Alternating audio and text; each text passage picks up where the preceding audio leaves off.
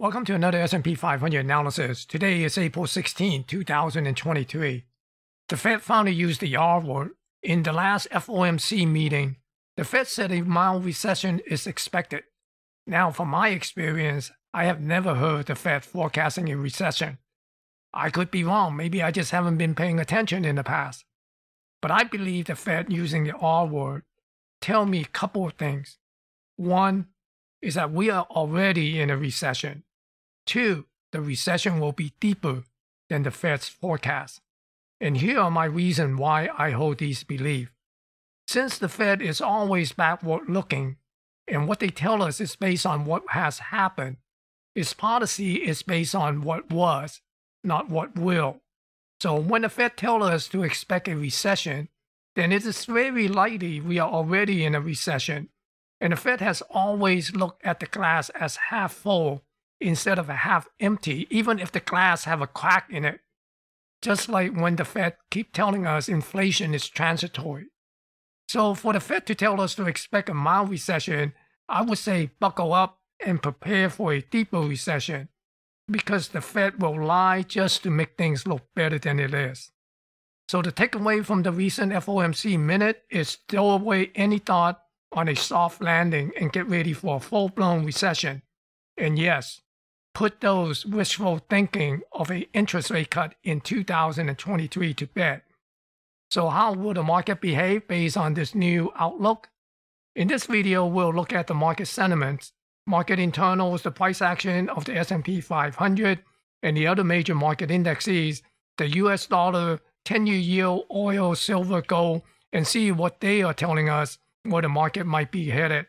We'll also look at the indexes from this price action perspective, so stay tuned. Let's start looking at this table here, and we see that the Dow Jones Transportation was the best performer from last week. It gained a little bit over 2%. And the worst performer was the NASDAQ 100, only gained 0.13%. And for the year to date, the NASDAQ 100 is still holding a little bit over 19.5% gain for the year. And the Russell 2000 is the worst performer, holding only a little bit over a percentage gain for the year to date. And the S&P 500 year to date is somewhere around 7.75% at 7.77%. So looking at this weekly chart here, we see the S&P 500 had a range of a little bit over 90 points last week, and it gained 32.5 points or so, or 0.8%. And it is still continue with this one-time framing up with a higher high and still close above this 10-week and also this 40-week moving average. And it is still sitting right at the top of this trading band here at this top edge. And looking at the sentiment chart here, we see that the VIX is below the 20 level right now, and it is sitting at 17.07 as of the close on Friday. So the market participants are definitely getting a little bit more complacent, but the put-call ratio tells a slightly different story, because the market participants are not in a full risk-on, because the put-call ratio is still inside of this 1 and 0.7 zone here. So the market participants are still a little bit of cautious and putting on hedges. And looking at the up-down volume ratio on the New York Stock Exchange from last week, it wasn't doing too much. We saw a little bit over 3-to-1 on the upside on Tuesday, and also we saw a little bit close to 1.5 on the downside in favor of the down volume on Friday. But the daily advance decline did show a broad market advance on Tuesday and Thursday, slightly above the 1,000 level. On Thursday, it was 1,270 more advancing issue than declining issue, and on the Tuesday, there were 1,427 more advancing issue than declining issue. Now on Friday, it did close with 920 more declining issue than advancing issues. And looking at the New York Stock Exchange 52-week high versus 52-week low, not much happening and pretty much even. On Friday, there were 54 stocks make new 52-week high versus 45 stocks make new 52-week low. Now, for the cumulative AD line, we are seeing a negative divergence. I continue to monitor for that negative divergence resolution down here, as well as here. We see although the cumulative AD line is coming up a little bit, but the SP 500 is still running way ahead of the advanced decline line. So again, we are looking for a possibility of a pullback to resolve this negative divergence. And for the NASDAQ market, we did see a little bit of a strong upside on the buying volume on Thursday with a up-down volume ratio of 3.8 in favor of the up volume.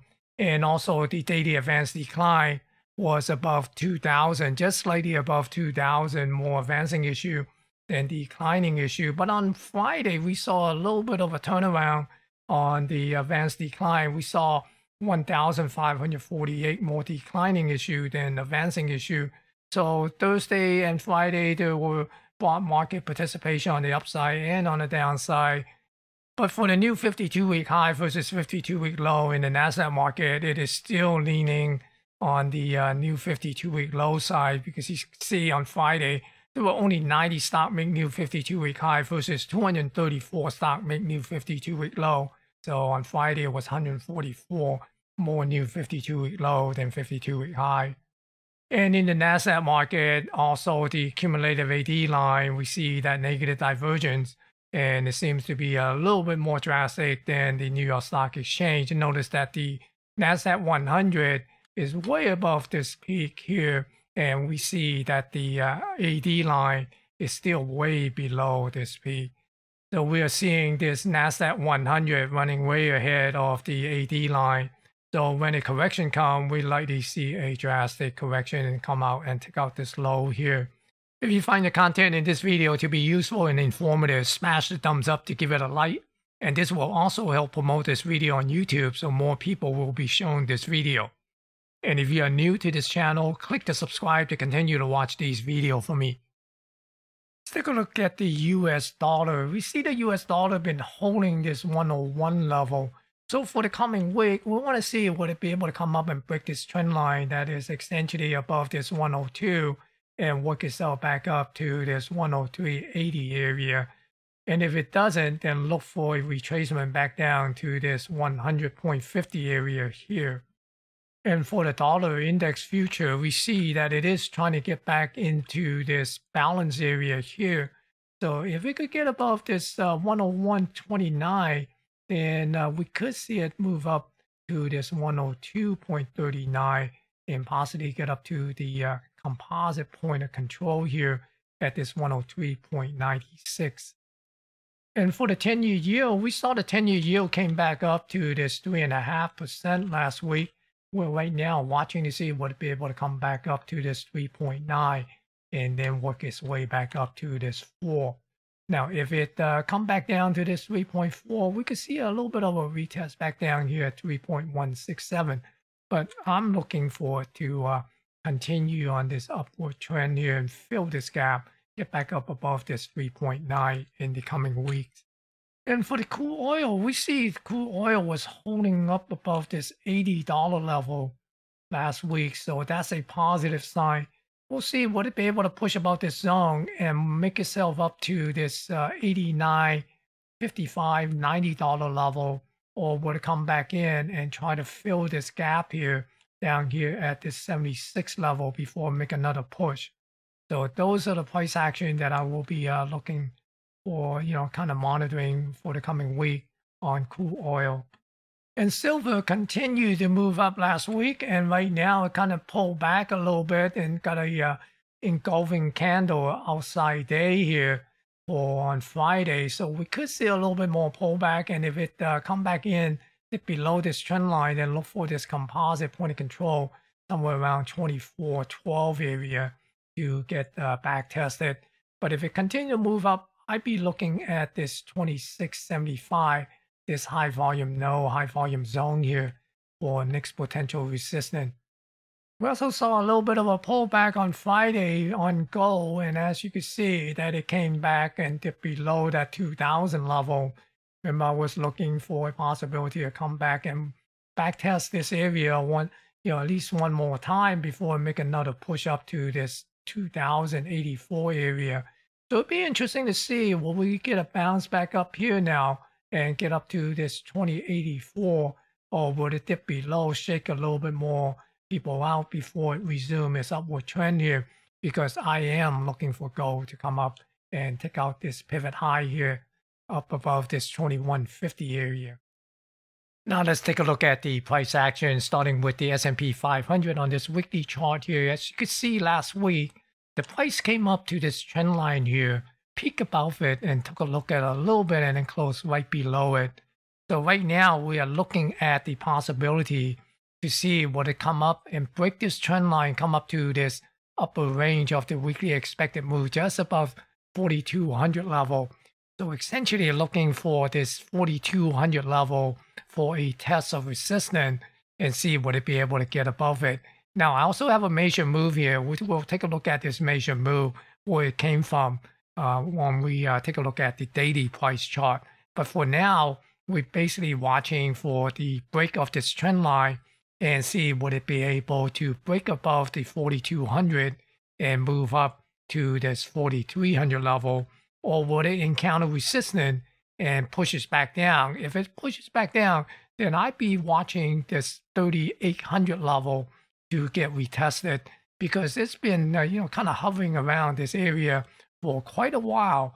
So if it come back down, watch this 3,800 level, and if it breaks that, then I'd be looking at it to come back down to the edge of this balance area. Remember, for over 11 months now, I've basically been tracking this balance area and just kind of chopping around within this balance area. So either it's going to break above the 4,200, or it's going to come down and retest this 3,800 area and possibly come down to this 3,600 level. Now let's go over and take a look at the daily chart. And here on this daily chart, you can see the lower range for the week is 40.83 and 40.72. And the upper range is 42.07 and 41.91.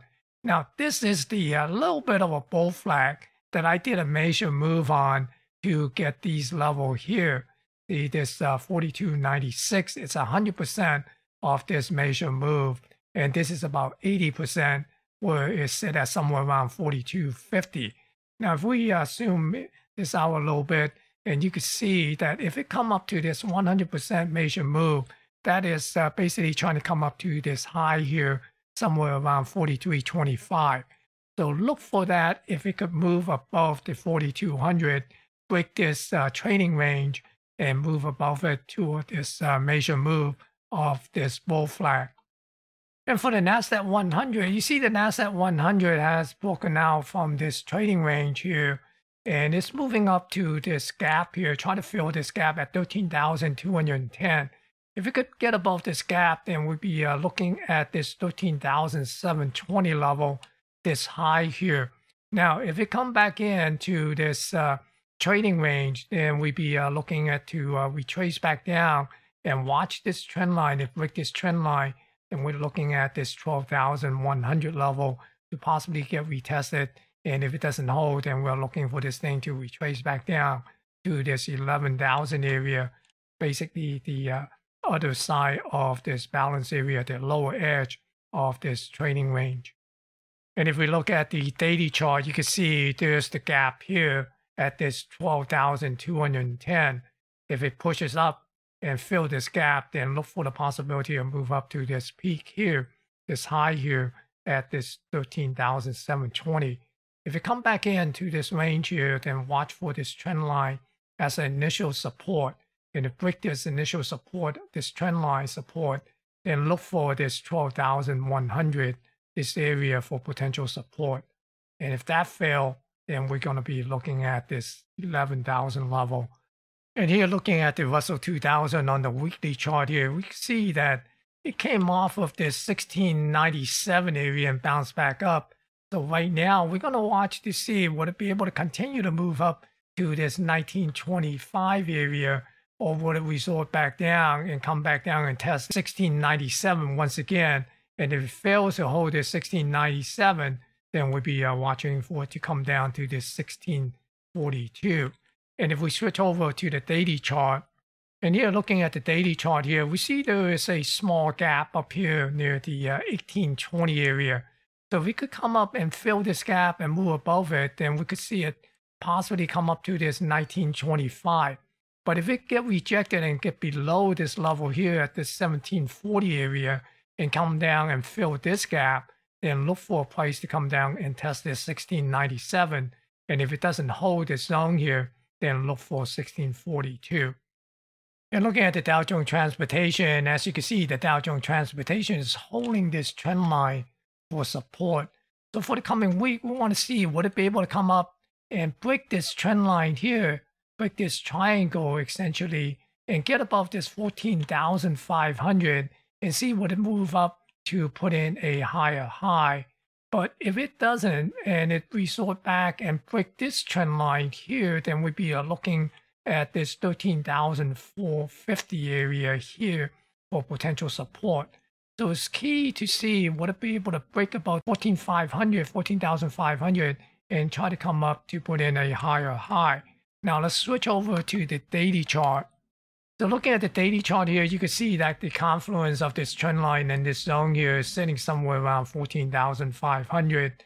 So the key is to see if it could break above this and then come up to this high here and put in a higher high. Now, if it doesn't, remember we were saying that if it breaks below this trend line, then look for the possibility of come back down to test this 13,500 area. Looking at the Dow Jones Industrial, you see the Dow Jones Industrial is bumping up against this trend line here. So next week, it is important to see would it be able to break this trend line, get up to this zone near the 34,500 area and break above that and see would it be able to come back up and essentially put in a higher high here and move up to this 35,500. Now, if it is unable to break this trend line, then we'd be looking for a pullback and see would it be able to hold above this low here at 31,500 area. And if it doesn't, then we put in a lower low. Now let's switch over to the daily chart. And on this daily chart, you can see that it bumped up against this trend line. And here's that 34,300 zone. So we want to see would it be able to get above this zone and take out this high here and move up to this 35,000 area at the up at this 35,500 zone.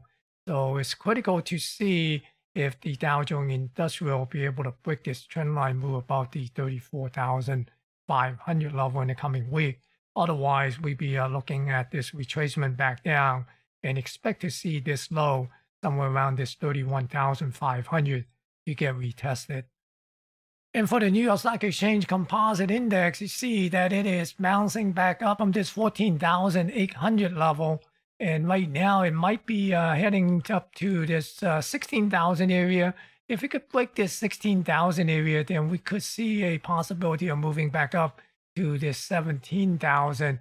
But if it is unable to break away from this trading band, or coming back down, then look for this 14,880 area to get retested and see would it hold. And if it doesn't, then we'd be watching for it to come back down to this 14,000 level. And if we switch over to the daily chart, we could see that the New York Stock Exchange Composite is sitting right near this resistance here, getting close to this resistance here at this 15,800. So if we could move up, take out this high, then look for this 16,000 area to see would it be able to break above it. If it doesn't, then look for this 14,900 area to get retested and watch this low here. This basically this double bottom near the 14,500 area. Now let's take a look at the price action on a closing basis. The reason why one might be interested in looking at closing price is because the fund manager's performance is based on the closing price, not on the intraday price. And the redemptions are based on the closing price of the fund.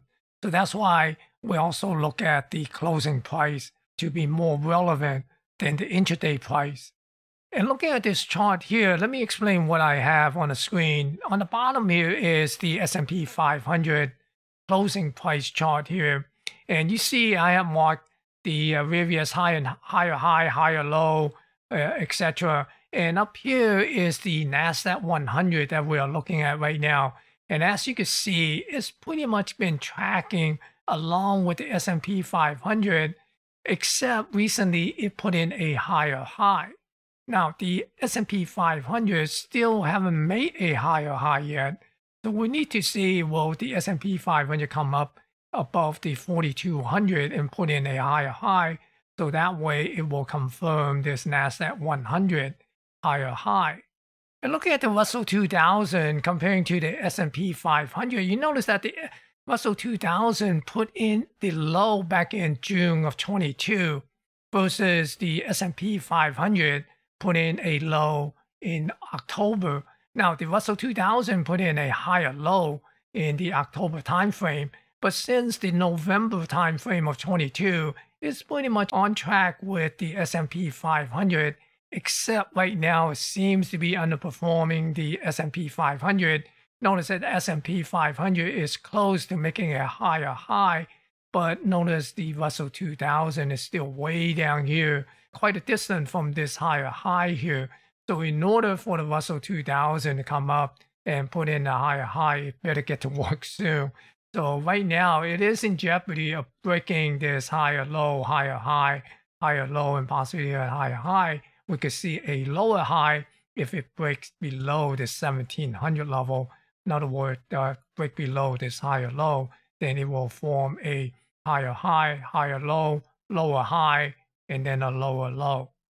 And for the Dow Jones Transportation, it is on track with the S&P 500, similarly to the Russell 2000, except in October, it also made a lower low along with the S&P 500. Now, once again, notice where the Dow Jones Transportation is right now in relative to the higher high up here. It's still at the bottom third of the swing versus the S&P 500 is near this higher high and could very well get a new higher high if it could push up above this 4,200 level. But the Dow Jones Transportation has a way to go before it get up to this high here. So again, the Dow Jones Transportation is also in jeopardy of putting in a lower high and then a lower low if it breaks this level here down here at somewhere around 13,600 area. And looking at the Dow Jones Industrial, quite a different picture from all the indexes that we have looked at so far. Right now, the Dow Jones Industrial has formed a lower high and a lower low. So from here, it seems to indicate that it is on a little bit of a downtrend, and it is in a negative divergence with the S&P 500.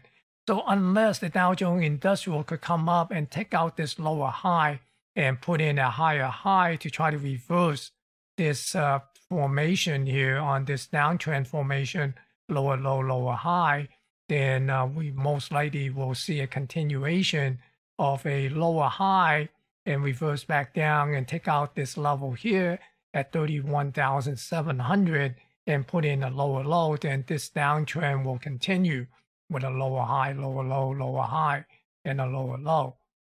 And the New York Stock Exchange Composite Index also made a lower low. So it is in a slight negative divergence with the S&P 500. You got to keep an eye on this. If it's unable to get back up above this high and take out this high and form a higher high, then if it come down and take out this lower low underneath the 14,500 area, then we will see a lower low, lower high type of a downtrend starting to form here for the New York Stock Exchange Composite. And finally, I put in the NASDAQ Composite Index here just to kind of see a little bit of contrast to the NASDAQ 100, which is more tech-oriented, versus this one is a little bit more broader-based. And right now, we see that on the composite, the NASDAQ Composite, we did see a negative divergence here back in December when it put in a lower low, while the S&P 500 put in a higher low. But right now, it has put up a higher high, while the S&P 500 is still waiting to put in a higher high. So it is putting in a positive divergence, showing a little bit of a positive divergence here on the NASDAQ Composite. If you are interested in my analysis on the 11th sector in the S&P 500, go read my newsletter on Substack. The link is smtraderca.substack.com. Going forward, I'll be adding more contents to this newsletter. These contents include discussion on various technical analysis techniques, indicators, trade ideas, and market watch. So be sure to subscribe. Once again, the link is smtraderca.substack.com.